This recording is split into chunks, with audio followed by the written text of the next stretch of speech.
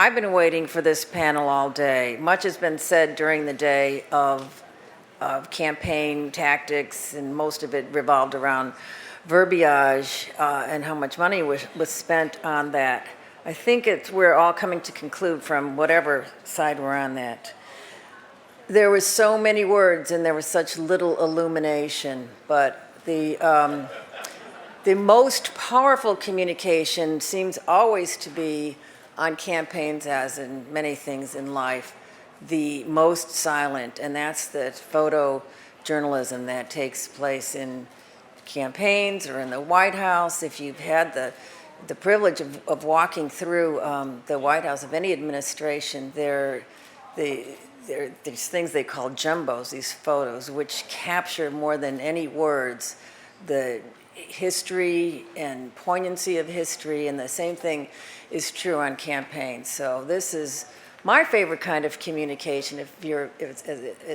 And forward progress, it's, to me, represents, as Steve Apple said, the perfect nexus between, Steve Jobs of Apple, the perfect nexus of technology and art. And of course, as you know, this is the presentation on campaign photography. I'm going to introduce the moderator, who is the boss of she's boss of all of our bosses in the bipartisan thing here, who will introduce our panelists, whom I had the pleasure of having lunch with. They're really, really special, talented people. I thank them all, with all of our panelists, for coming. And they're right off the trail, so they're doubly great to be coming here.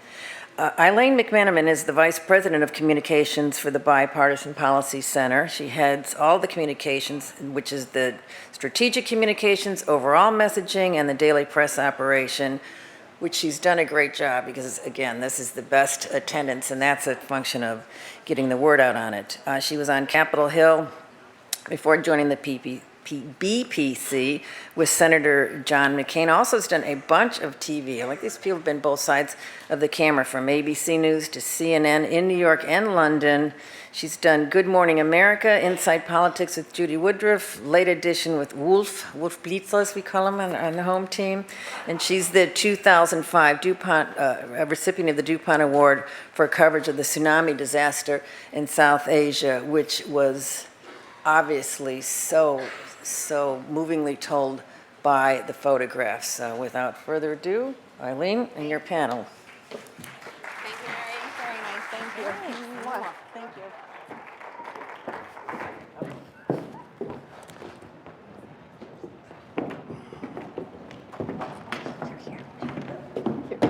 Thank you guys for sticking around. I'm so excited that you are here because this is going to be a terrific panel. I've been waiting for this, like Mary, all day. We are going to see some amazing photographs from these two photojournalists. They have an incredible amount of experience between them, and it's a rare treat because I don't know if most of you know, but photojournalists are often men, and so we're lucky today that we've got two stellar women to show us their work. Let me introduce them. Melina is the national political photographer at the Washington Post. We thank her profusely for being here today because she has spent the last 3.5 months on the road with Governor Romney. And Just a little pooped. yes, we've only given her about a week to catch up on sleep. I think you probably need, a month? Easily. Yeah. But Melina covers national political campaigns, Capitol Hill, and the White House for the Washington Post.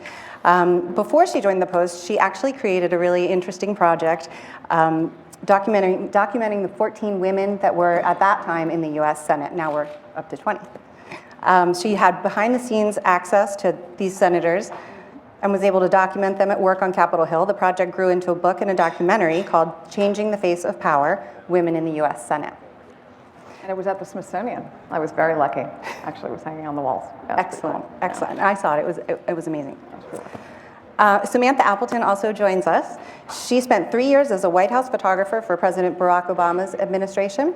As one of 4 official White House photographers, she had behind-the-scenes access in the West Wing. She shot images of the president both at work and at play, as well as world leaders, cabinet members, the First Lady, the First Family. The dog, Bo. Let's not forget the dog. What was the dog's name then? Oh, Bo. Bo Obama. She has covered a lot of politics, but in addition, she's covered even more serious conflicts. She spent a significant amount of time in Iraq, Afghanistan, and Lebanon, and she's currently writing a book about the invasion of Iraq, where you spent roughly 3 years on and off, right? So I'd like to welcome them. Melina, do you want to take your position at the podium? We've got screens where we're going to be showing some of their work, and we'll have a conversation and talk through some of the photos. And then I hope to leave a little time at the end for questions from the audience. Okay, great. Hi, guys. Can you hear me?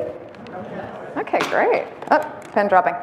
So how many are journalism students? I know you don't have a journalism, but who would consider themselves media majors? Nobody. Okay. Oh, okay. Okay, there you go. And so poli-sci majors. There she blows. So international affairs. Okay, great, thank you. Good. Law. Okay, all right. So we obviously have a, we have a crowd that's going to, that has seen a lot of images in their lives, and a lot of political images in their lives.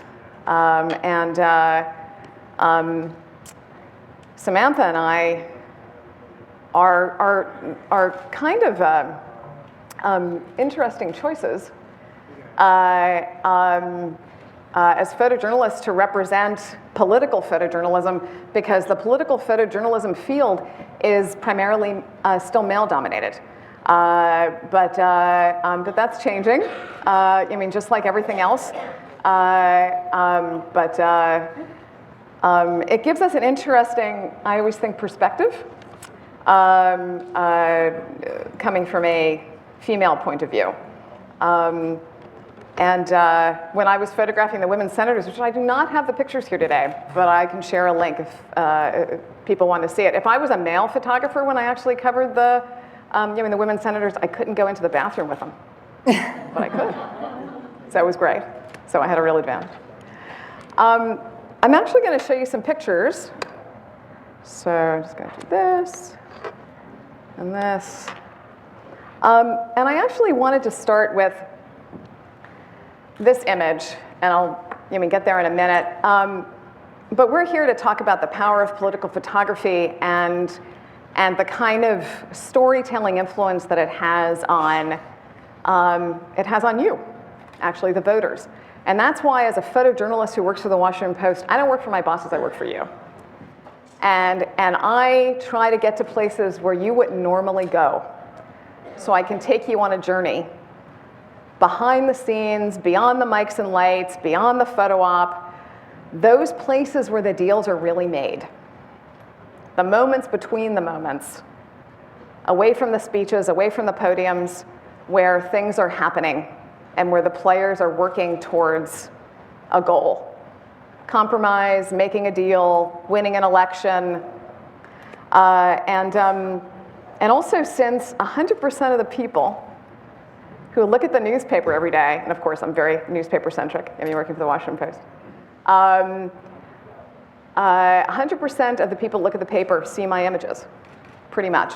So when somebody looks at a newspaper, so they have a newspaper in front of them and they're opening it, which of course is, love the newspaper. I'm obviously very tactile because I'm a certain age. I still like holding a newspaper. I see the images. I'm just like everyone, basically every other reader, but only 20% read the copy. Only 20% actually read the story, and that's only the first graph, if that. So the power that Samantha and I have every day as storytellers, visual storytellers, is extraordinary. Melina, it reminds me of Spider-Man. With great power comes great responsibility. Exactly. And really, Samantha and I feel it. Samantha and I feel an obligation to get beyond the obvious for you, so that you can see things and learn things about this candidate, about this lawmaker that you need to vote for, or not vote for. But I have to give you the information to do that so you can be an educated voter. There is Brendan Daly is actually sitting in front of me, who used to be the communications director for Nancy Pelosi, and then there's a Nancy Pelosi picture up here. So I'm going to talk to you about basically access. Access is one of the tools in a photojournalist tool bag to basically take you in and tell you a story. Without access, I have no story. Without access, I can't show you, I can't get beyond the obvious. And so this night, I'm sorry, I'm looking down here because there are all these monitors all over the place, but this is actually the evening where Speaker Pelosi won the healthcare vote. And she had worked for easily 10 years on bringing healthcare to America in this way. And I asked for weeks and weeks and weeks before, because I knew if this vote happened in her favor, that night would be auspicious and there would be a celebration. So I asked for access to, this is the speaker's hallway, and it's leading to her office, and her staff is applauding her and greeting her. And I wanted to find that moment, in that moment when she was walking down that hallway, that there was so much that she was going to say simply with her body, simply with her expression, simply with the relationships that she has with her staff. Is there anybody here that wants to talk to me about what this says to them? And then I'll stop talking and I'll have you look at images. I'll stop talking. Anybody want to say anything about what this says to you? About how she is, how she's feeling? Satisfaction? Yeah. So anything else?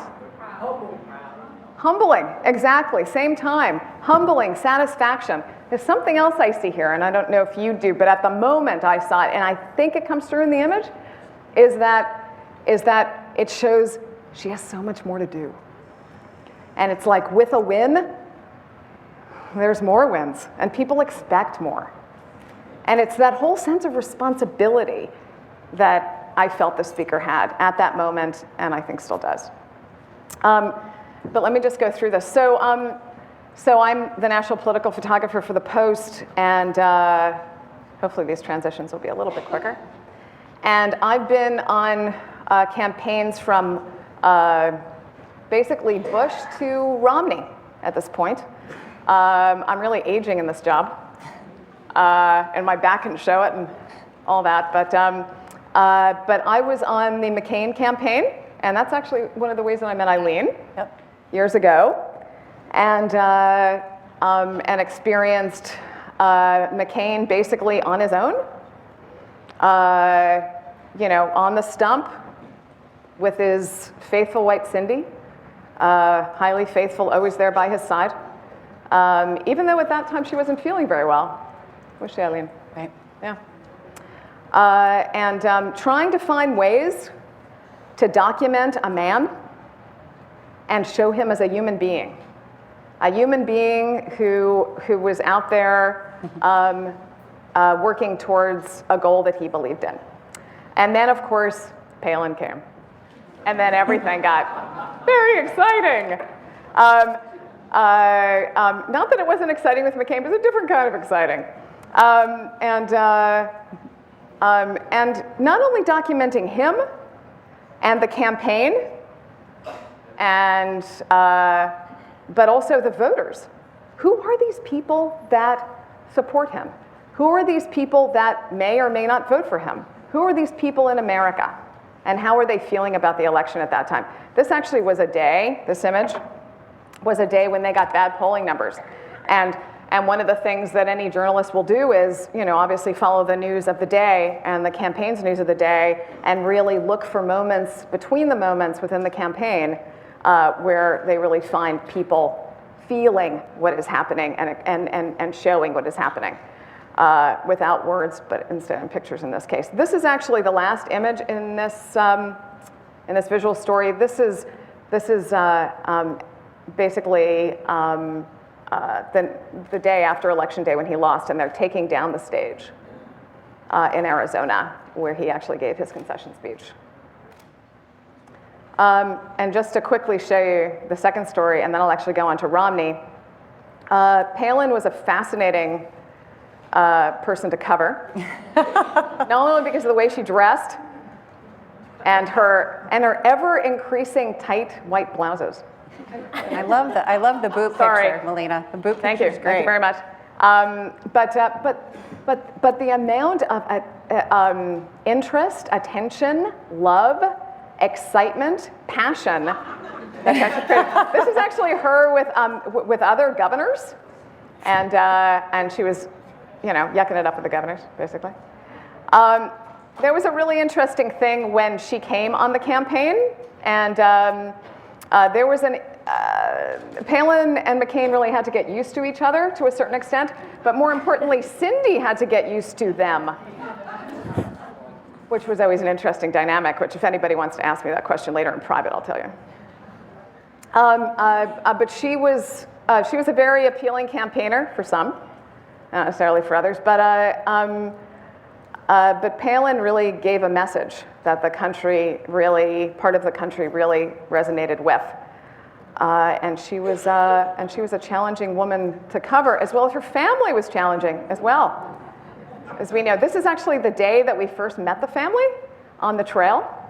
And the daughter on the right, Eileen, do you remember her name? Bristol. Bristol is pregnant, but we can't tell because she's holding the youngest son right in front of her pregnant stomach or uterus belly. Now, Melina, when you first started covering Sarah Palin, was she quite the media star that she ended up being? I mean, she always sort of had that pizzazz, right? No. I mean, she was we weren't necessarily sure at first, at least I was not sure, because I wasn't properly educated on the governors, obviously, but who is she? And we were all I think a lot of people were asking that. Yeah. I mean, who is this woman? So we spent weeks literally learning, and then we learned that she was quite a challenge. And some people loved her, and some people kind of were still deciding, and some people were like, oh no. So I mean, there definitely was a range of emotions. So this is on the last night when McCain has just finished his concession speech, and she's crying. Eileen, can you tell us the story about that she was supposed to give a speech?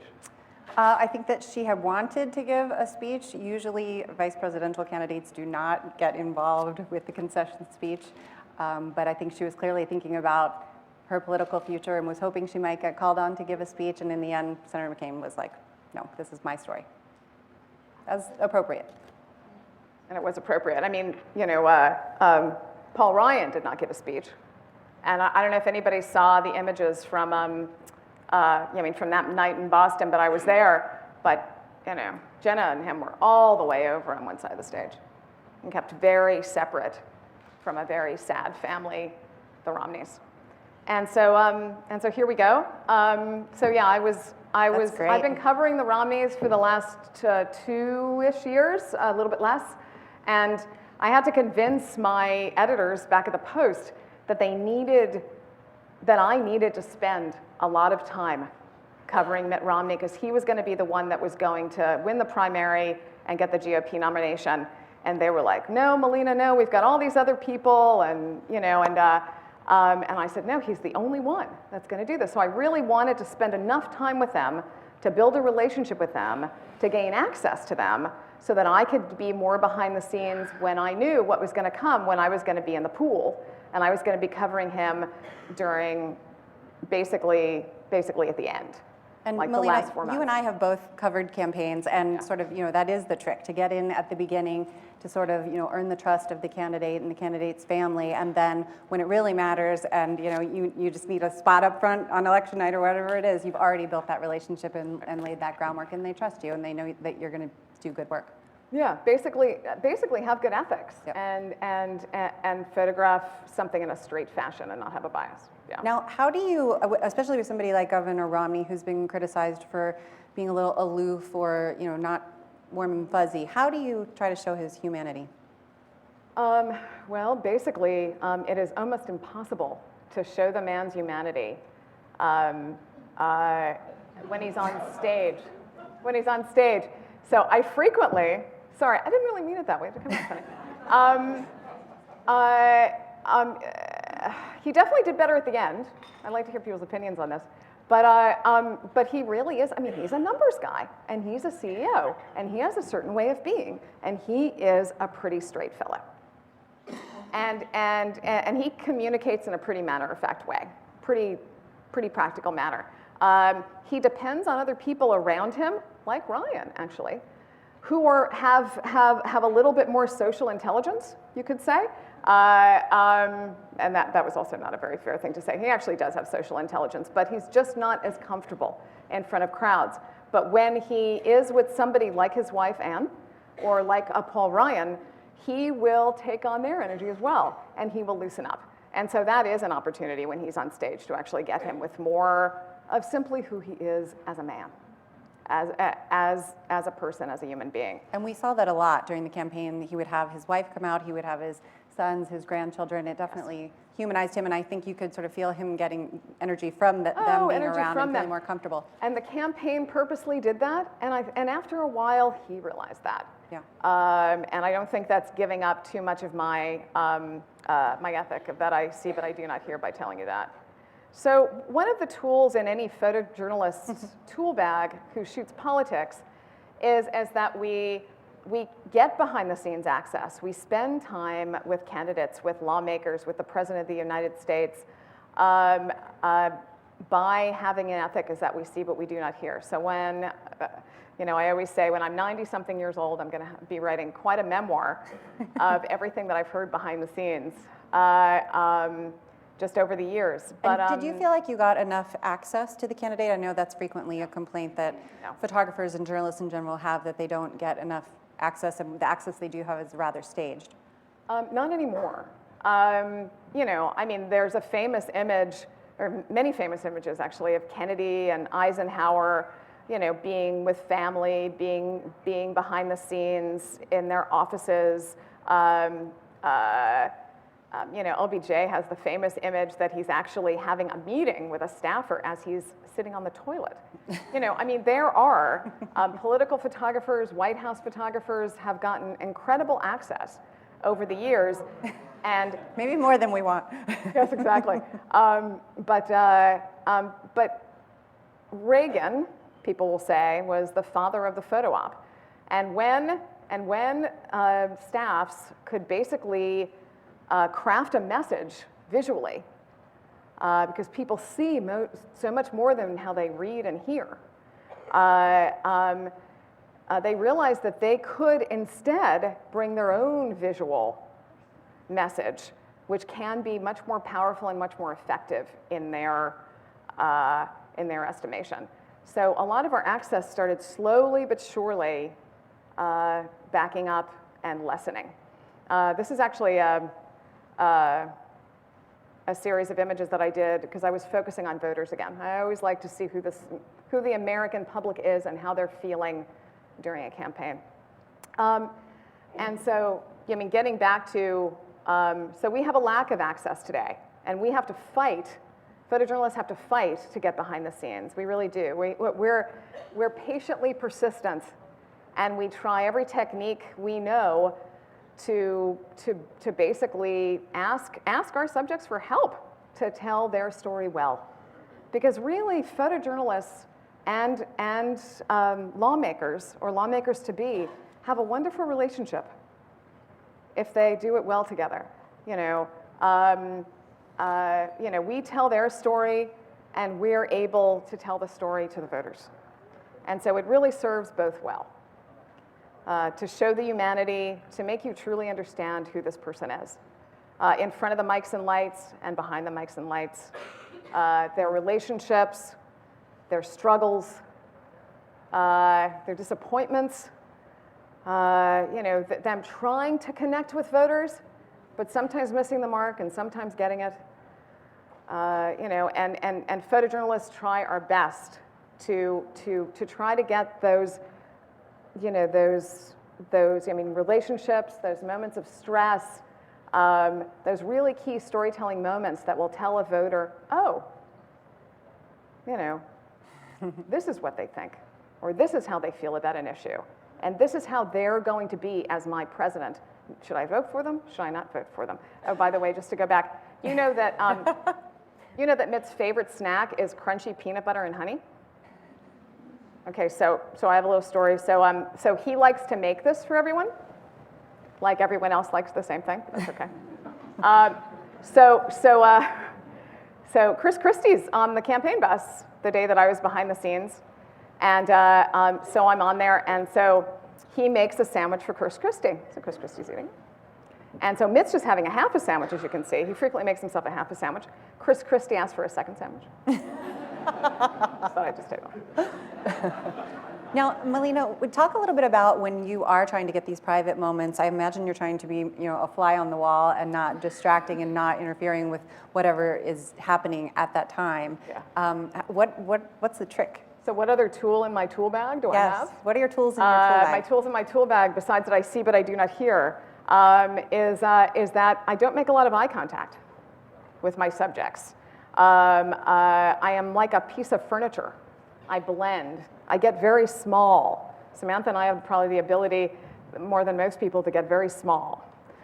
We do not speak, usually. We try our best to be simply things in the room, so that a staff, as I point at Brendan, isn't brought, our attention is not brought to them, so they want to pull us out.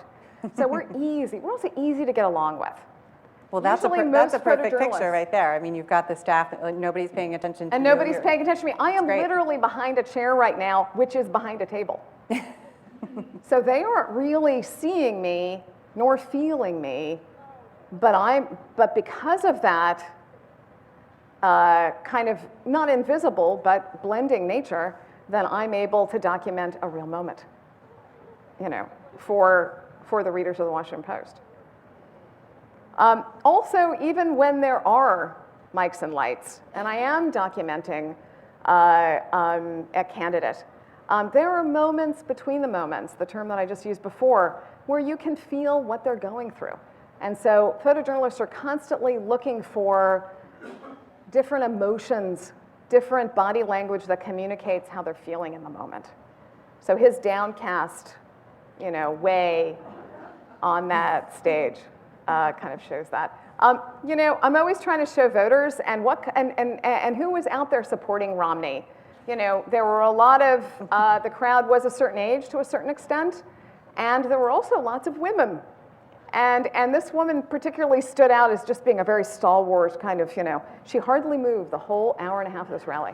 I swear, I think she kept her hands on her lap the whole time, and she just kind of struck me, surrounded by Melina, all these men. sorry to interrupt, with a picture like that, I don't know if you can go back. Yeah. I mean, I'm sure probably 99% of us in this room would just walk by that and not even acknowledge that would be a great shot, and it's a great shot. How do you get, you're in there elbow to elbow with a lot of other photographers. How do you get a unique, distinct shot that is so memorable like that?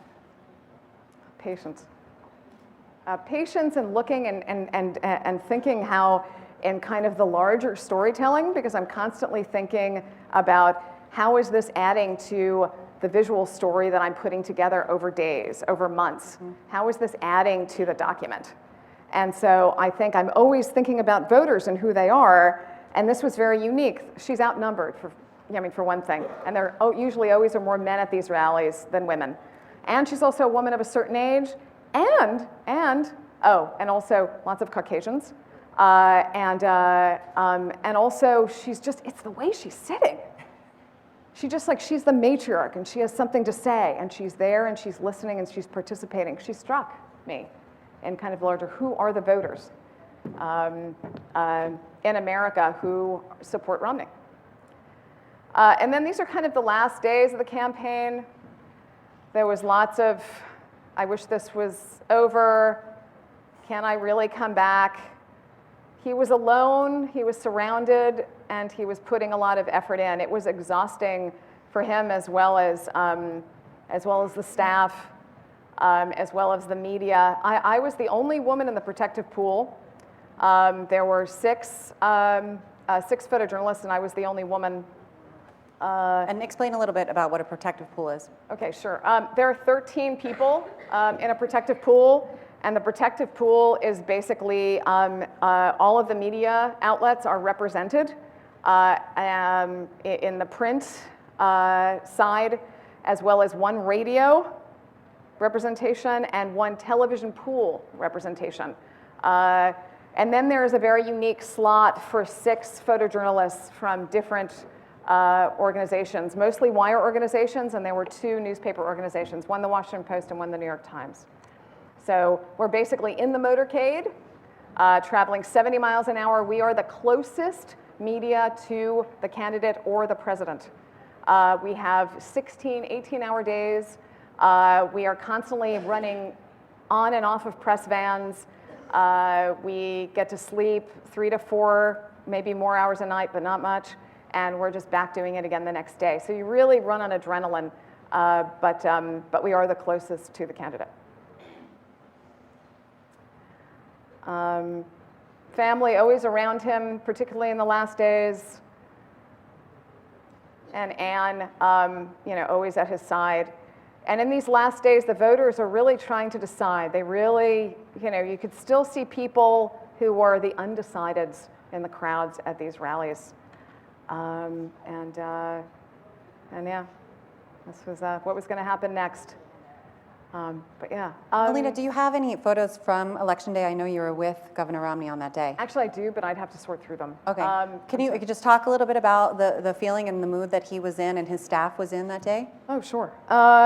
They were a very positive campaign, and they had independent pollsters who were basically telling them that they were going to achieve the popular vote. So they were very, very much thinking that they really may win this.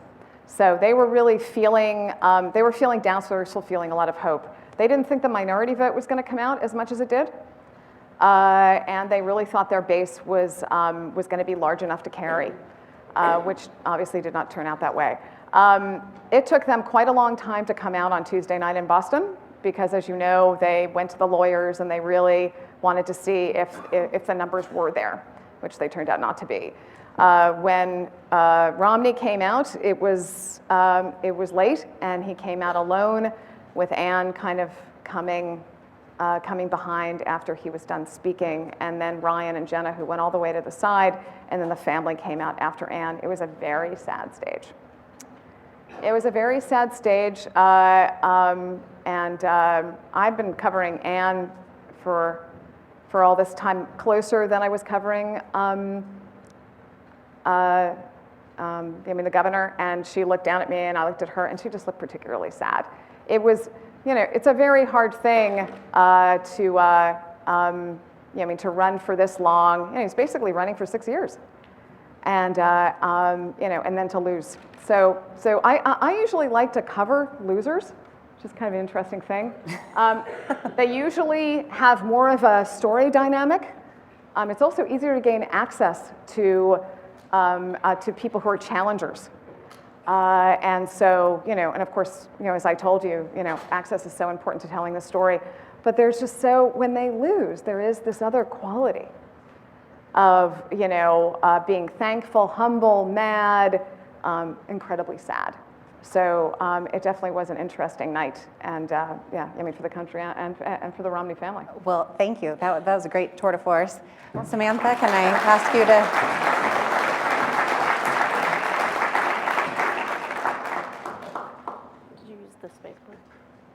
Didn't. I used, actually use that. The arrows, yeah, perfect. Hi. I'm going to kind of go back to the beginning. The way I got into covering politics was through an assignment for the New Yorker magazine. They wanted me to go photograph then Senator Obama, who was just starting his campaign, and no one really believed that he was going to be able to do it. And but the New Yorker wanted to do this story, and they wanted to kind of bring out the kind of working man side of Obama. It's hard for me to just call him Obama because I worked for him as the president, but Obama, bring out the side of him that was humbly going to people all over the country and introducing himself. And it's hard to kind of remember that, but there was a moment when he had to go do that.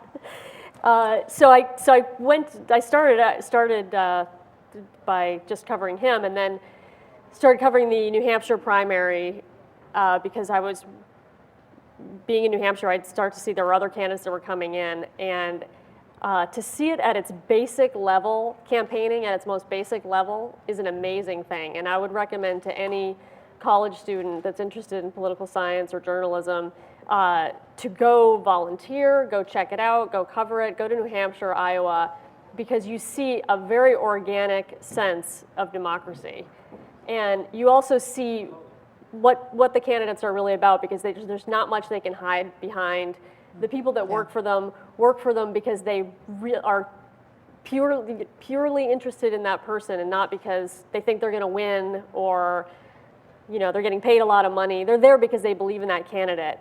And anyone that saw Obama in those early days knew that. Any journalist that made that trek in the early days saw that there was a movement, even though no one knew who he was. The people that he was meeting were enthralled. And it was also overwhelmingly young people that were working for Obama. And that to me was interesting, because I'd see other candidates with a much older staff who were kind of condescending to journalists, who were not very helpful, who were only attracting older voters, and you could just kind of see that where is the momentum in this campaign. So that's what this first set of pictures were, and I really made a legitimate attempt to this is 2008, by the way, made a legitimate attempt to cover all of the candidates, and it was fascinating to see the range of it. This was an event. I don't know if you can see the candidate, so if you can, I'll leave it. But I was photographing this, and one of the staffers came up to me and said, "We'd prefer if you photographed the stage." And I was like, this is kind of what Melina's talking about, where you get forced into doing certain things, whereas there's so many more interesting things that are going on. Like, you get the stage picture, but if you notice, Melina and I aren't really showing pictures of podium speeches. I don't think you showed a single one, maybe an off moment at the podium, but that's actually not what is interesting. That's about the words. The pictures are elsewhere. And do you feel like you bring a different perspective being a woman, a female photojournalist? I've struggled with that. I've always, fought against kind of pegging myself as a female photojournalist, because I think partially just defensively, there are so few of us. It's amazing that the two panelists happen to be women, and it's not a conference on women. I don't think I've ever had that happen. Well, it's girl power, right? But we're very rare. I mean, we're probably 1 in 10. Yeah. And I would just say everyone comes with a different perspective and a different personality. You have very extroverted photographers that are really good at certain things. You have very introverted photographers that are good at certain things. Being female is a part of it. It can come in handy. It can be a detriment, but it's just a part of, Melina and I are very different people. We are both women, but our personalities feed into it in a million different ways.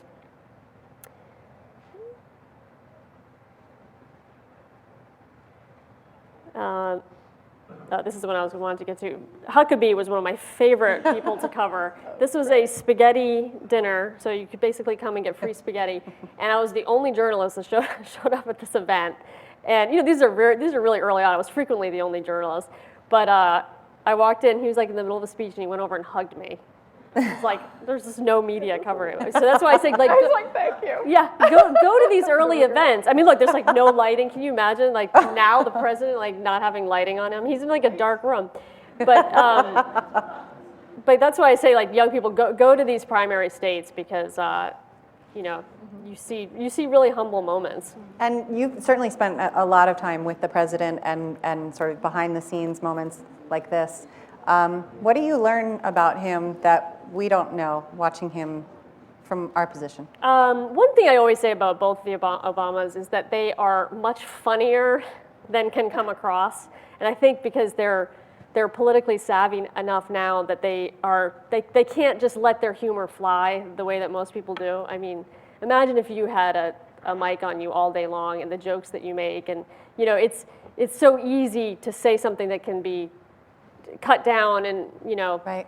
and sent out into the world the wrong way. They're both really funny people, and I wish that people could know that side of them more. But it's just you can't just let that side out when you're in such a position. Talk a little bit about, are there restrictions as a White House photographer? Are you allowed to shoot anything? Is there a moment where you're kicked out of the room, or are you sort of lurking in the background always? How does that work? Well, I'm about to transition into the White House material, but I covered the election as a journalist and got to know the staff really well, and then they hired me as a White House photographer, which I thought would be very different, and I thought, it was not that I was really questioned whether or not I would do it. I knew I was going to do it, but it definitely, it gave me pause about what I was going to be giving up as a journalist, because I'd spent my whole career as a freelance journalist, Right. and all of a sudden, I'd never been, my work had never been owned by anyone. I'd always had all of my copyright. If I worked for a magazine, they only owned the copyright for, the publication, and then I had it. So all of a sudden, I'm going from owning all my copyright to it going into a vault, in a mountain somewhere. I literally don't even know where the work is because it's classified, like where all the work goes. But the happy surprise was that, if anything, I had to work twice as hard, because in addition to shooting the way that I shot as a journalist, I had to hit certain marks for the administration. Things like the handshake photos, certain things that my boss, Pete Souza, the head photographer, was my boss. He was very adamant about getting certain podium shots and that kind of thing, which I'd never worked for a wire service, so I'd always kind of been freewheeling it, and all of a sudden I had to hit marks that I didn't have to do before. So it became this very exhausting thing to think creatively, hit your mark, make sure you cover all the bases, get vertical. I never even thought about getting vertical images, but it was like always have to get verticals. It was like a thing, which I'd never worried about before. And then in addition, try to create an interesting photograph that is not just something that the White House can put up on the web that day, but something that 50 years from now, when a graduate student is going through the archive, that they'll say, wow, okay, like this picture I took at the White House, they'll look at this picture and say, like, wow, that was a moment in history, and this picture defines it. And that's my ultimate, that's really, if I could do anything, it'd be that. Just concentrate on what's this going to look like 50 years from now, when anthropologists or students are looking at this work. But there are all these other things, marks you have to hit. A lot of running. Melina's right. When you're with the president, it's a full. I Talk about that. I know it's a I used to, when covering the president and the first lady, whenever they get out of the car to go into an event, the first thing they do is they greet whoever's hosting the event, or if it's a hotel, the manager of the hotel will be there to welcome them to the hotel.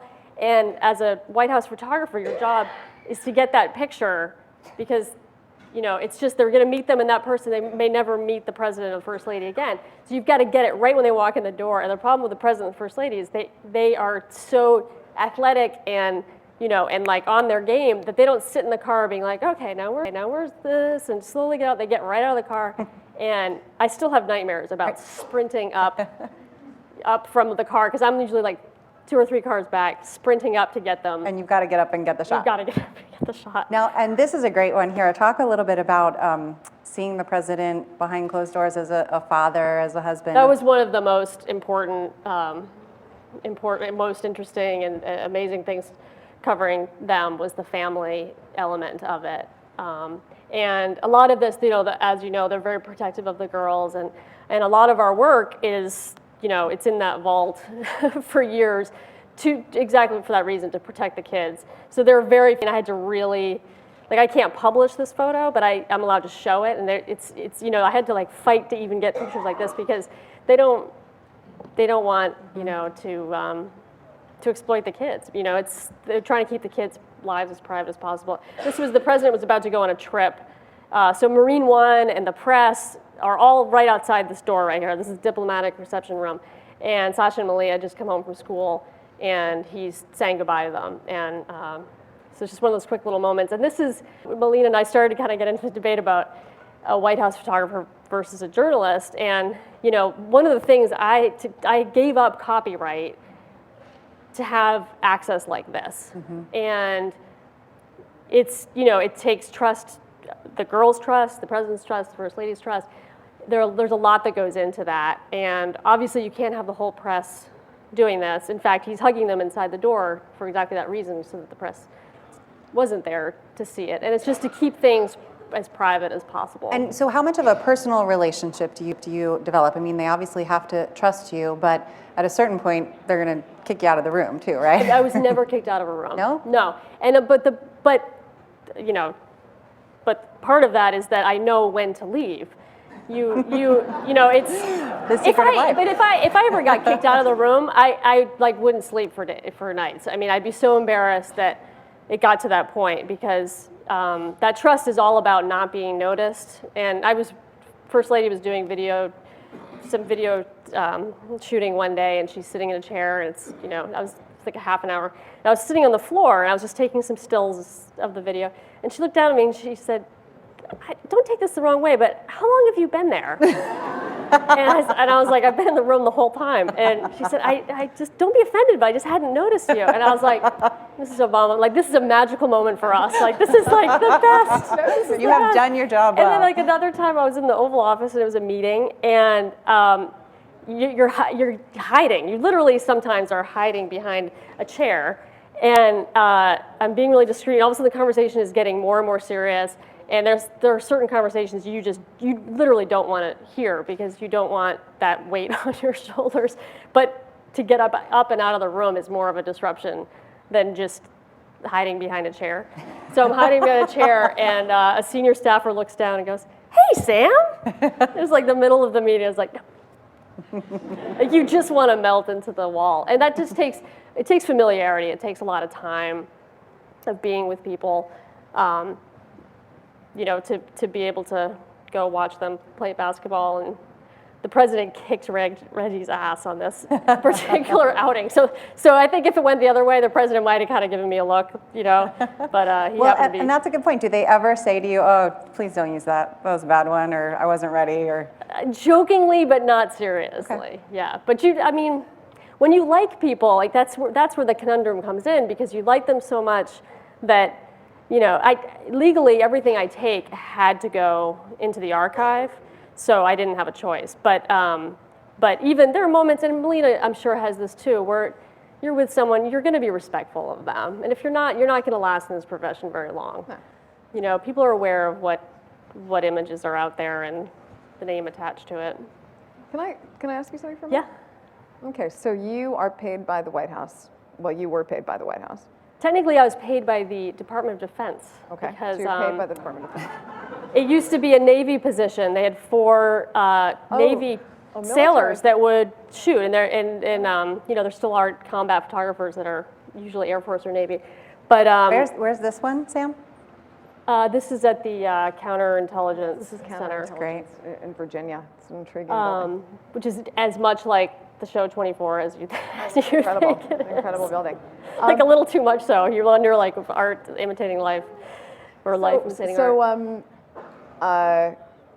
So you're a hired gun, are you not? Yeah, total. I mean, I feel like my entire career have been a hired gun, but it really was, you know, I mean, to think that I came from a position that was a military position. I think it was Johnson that made it into a civilian position. And Johnson's photographer, by the way, is the best presidential photographer that ever lived. Oh, good. I think it helped that Johnson was so photogenic and was, you know, I mean, make sure on the toilet, that's like, I know, that's above and beyond for a subject.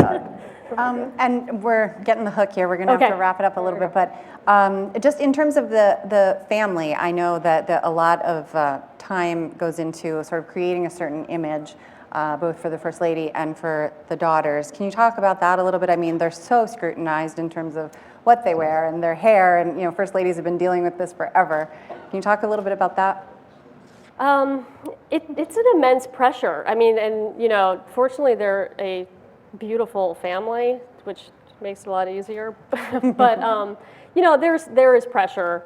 I think particularly on the First Lady. I mean, the discussion that goes into the amount of money that she spends on clothing is absolutely absurd. It's nobody's business. It's not taxpayer money, and you know, it's amazing to me that people would waste their time on it.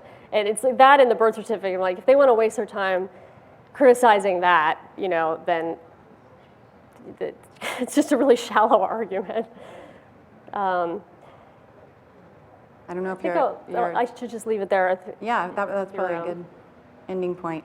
Well, I'm sorry, we don't have time for audience questions. We're getting pulled off of the stage here, but I would love to thank these two wonderful photojournalists for sharing their images.